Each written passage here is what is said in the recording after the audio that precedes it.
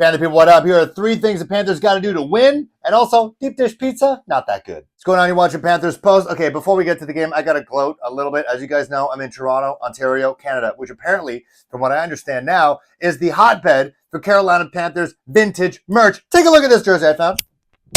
Whoa. Back on. I'm good. But look at this thing. Stitch. Got the old logo. Bang. Agent 89. Let's get to the game right now. Here are 3 things the Panthers got to do to win. And before we get to that, I got a message to Bears fans. What is your deal? Since we traded you, we lost stuff. We lost DJ Moore. We lost the first overall pick. We ended up being the first overall pick. We lost the 9th overall pick in the year before. We lost the 2nd round picks. We lost this year's 2nd round pick. Why are you guys the one bullying us? Why are you guys the ones so sad? Why are you so upset? You got your Caleb Williams. You got your DJ Moore. You got some other players. We'll see if they actually last on the team itself. You got our 2nd round pick this year. Why are you making fun of us? I think you guys are a little scared. I think you guys are a little scared that you might be us in a couple of years.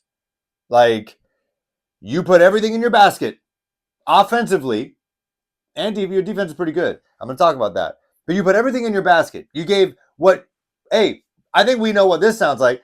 The best situation to put a rookie quarterback. Panthers had that.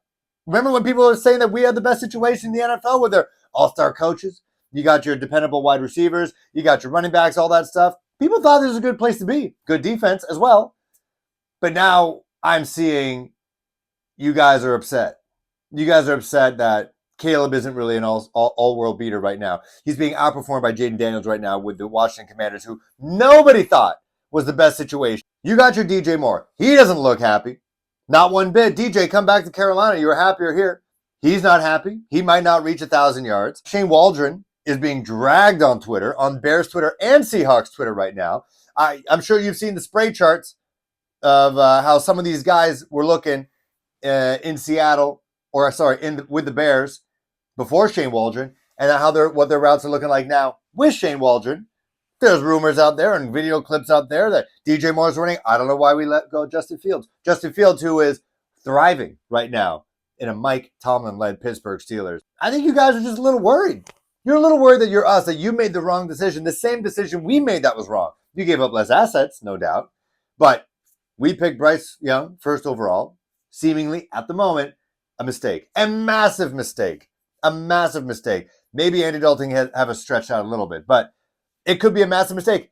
Are you starting to think that maybe Caleb is a massive mistake? Now I'm starting to see the blame, the same blame that we gave against Bryce. We protected Bryce, so we started blaming everybody around Bryce. So, okay, we were upset at the offensive play calling. That was Frank Reich. We were upset about that. And then he took it away, and then he gave it back. So we're upset about that. You guys are upset about Shane Waldron. I see that. We started hating on the offensive line. Oh, the offensive line's no good. It's so porous. Look at what we got. It's like a revolving door. You got Chandler Zavala. Brady Christensen is out. Ike Ekwonu can't pass block in this system. You guys are also complaining about your offensive line now. All of a sudden, all these issues start popping up. I thought you guys were supposed to be perfect. That Caleb would just go from what he did at USC. Mind you, he had an off year last year at USC. So 2 years ago, he's not looking like the Caleb Williams from 2 years ago. He's looking like Caleb Williams when he was crying with his mom. So I think you guys are a little worried. Let's talk about the things that the Panthers team need to do to try to get a dub. It's going to be a weird game. So as I mentioned before, Bears defense is good. Panthers offense, it's kind of clicking right now. I don't want to look backwards, but that game against the Bengals, there was a belief at Bank of America Stadium. There was no booing. There was no paper bags on heads. This offense got it clicking. It's going to challenge that defense, no doubt. And if they could shut down a guy like Max Crosby, who is a Pro Bowl player, I honestly couldn't name you a single player on the Bears defensive line. So the offensive line, who I think is going to be coming into this game hungry, are they going to want to punish this defense with the Bears because they got shut down at the 2-yard line against the Bengals last year in that opening drive that should have had the Panthers go up 7-0. And they said they're going to continue thinking about that all week. I hope they keep thinking about that all week. Right now, the Panthers offensive line rated number 1 when it comes to pass protection. This is one of the top offensive lines in football, both rush and the pass. So they're going to continue to open those lanes. Nobody believes in this team, as I talked about before. Bears fans are clowning this team since they made that trade to get Caleb Williams, who jury's out still on that guy. He's definitely not Jaden Daniels, just saying. Sorry to get that extra punch in there. But Chuba Hubbard, again, this guy is playing for a contract. You know, we have our massive guards. Damian Lewis looked like he's going to be back, even though Chandler Zavala did pretty good in relief. So you're up against a good defense. I think this is going to be a bit of a shootout, but you got to control that defense right at the line. It starts at the trenches, stay bullish on the run. I think maybe Chuba Hubbard might get stuff because he's our feature back right now, but I see Miles Sanders finding the end zone, no doubt. I think he has come alive in this offense with this improved offensive line, so it's going to be in the trenches there. And one thing you also see with the Carolina Panthers offense, sure, we got some speedsters now, but our wide receivers are tough. Jonathan Mingo, big body wide receiver. Xavier Legette, if Jonathan Mingo did steroids, he'd be Xavier Legette. They're blocking hard. They are blocking damn hard. They are running hard. It's opening up lanes down the field for Chuba Hubbard and Miles Sanders. That's the kind of stuff you like to see. And so just keep it on the trenches. Wide receivers continue to get bullish, and just pound them right in the mouth. That's it. Because our defense is going to need some time. And now this second thing that the Panthers need to do to get a win, it's a big one. It's for the defense. Our defense is hurting right now. We are getting some guys back. Again, Caleb Farley just picked up by the Panthers, rocking number 31. That is his late father's number. Hopefully being back at home, that he can feel more invigorated, find that love for football yet again, because there's a moment where he wasn't sure he was going to play again. J.C. Horn, he has been solid. If it wasn't for some BS PI calls, I think this guy has been absolutely solid. He shut down Devontae Adams' will to play for the Las Vegas Raiders. So now he's going to be potentially locking up against DJ Moore. And DJ Moore, smaller wide receiver. He's smaller than J.C. Horn. I think J.C. could cover him, no doubt. You could also probably find him on Roma Dunze, a guy who I wanted the Panthers to target in the draft. But again, if you just take a look at the sidelines of this Bears offense, doesn't look like DJ Moore is that happy. Doesn't look like Roma Dunze is that happy. Keenan Allen's like 40 years old. So the skill position players that were given a lot of hype in the offseason to help Caleb Williams succeed right away, right out of the gate, they don't even seem that happy to have Caleb Williams. If you're DJ Moore saying, I don't know what you're doing without Justin, I don't know why we let Justin Fields go. You still got guys like Troy who are playing well in relief. Again, hope maybe Caleb Farley does his thing as well. Mike Jackson's been playing well. I think if you lock down DJ Moore, who, let's be honest, Panther fans, he's good, but he's not a game breaker. He is not. And he hasn't been this year. He hasn't been that for Caleb Williams right now. And I said this when they traded him. If you were to ask any NFL fan, name me like a top 20 wide receivers in the league, DJ Moore wouldn't be it, even though we knew he was great. Back to back, I don't even know how many 1,000 yards receiving. He would not crack a top 20. I'm sorry. So I think JC can handle it. I don't think he's intimidated. He told reporters in the changeover it's just another game for him.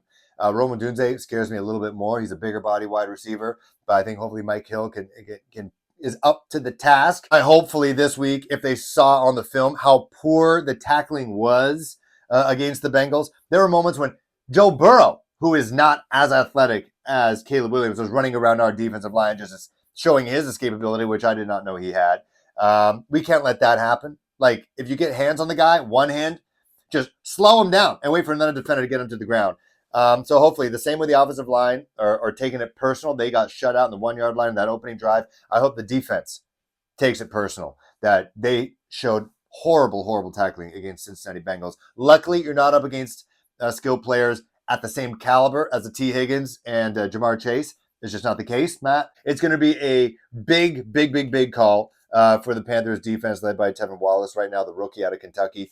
He's kind of wild. He's a wild man. The kind of the same way that on the flip side of Andy Dalton, who's 36-year-old saying F it and just slinging it out there. You never know if he's going to play again. You got a rookie out here, the expectations are low. Just go and hit somebody. Plug some holes. Like DeAndre Swift had an absolutely monster game last week. I think he almost had like 200 yards all-purpose yardage. Just get that guy on the turf and, again, put it in Caleb Williams' hands and to try to make a mistake, trying to force stuff. And the third thing the Panthers got to do to secure this dub, get their second win of the season in Soldier Field, is the wide receivers got to catch a damn ball. I know it sounds so rudimentary, so elementary right now that that's what you got to do, but that's it. Because despite the fact that he had his first score as a pro, Xavier Legette mentioned how, it's a great game, but he dropped some key passes. And I think people in my comments are mentioning that he dropped passes that killed drives. Jonathan Mingo dropped passes that killed drives. We know Chuba's going to do his thing. We know Miles Sanders is starting to get up to speed and to do his thing. The offensive line is going to be there. You just got to do your job. You're up against some cornerbacks who, I just looked them up now, going to be honest. I just looked them up now.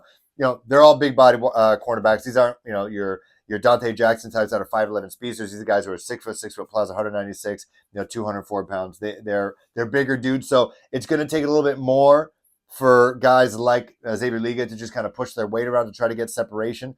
I think Dave Canales is going to keep it calm, cool, and collected. I think we've seen now what he's like on the sidelines. Like, he's not this happy-go-lucky Pete Carroll 2.0 guy. He is dialed the F in. So I think as long as Andy Dalton keeps playing like the vintage veteran player up against his former team, by the way, when he was playing alongside Justin Fields, if they unlock the answers to whatever questions that the Bears are asking them, I think the Panthers can be victorious, but it's up to the wide receivers to execute. And as long as everybody takes the notes from last game, which could have been a winnable game, could have been a dub for the Panthers against the Bengals, offensive line, you just complete those blocks.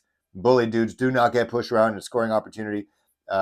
Defense, improve tackling, wrap up. You don't have to hit stick every single time. And wide receivers, doesn't matter where the ball is. If you got two hands on it, you got to catch it. You got to bring it down. I think it's going to be a shootout just mainly because while their defense is good, our offense is getting in its groove.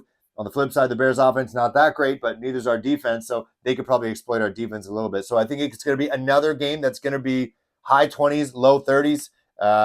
If it gets out of hand, maybe someone runs away with it, but I think it's going to be a back-and-forth game, and I think the Panthers are going to win this one. I think they're going to win 32-27. Let me know your comments below and your predictions.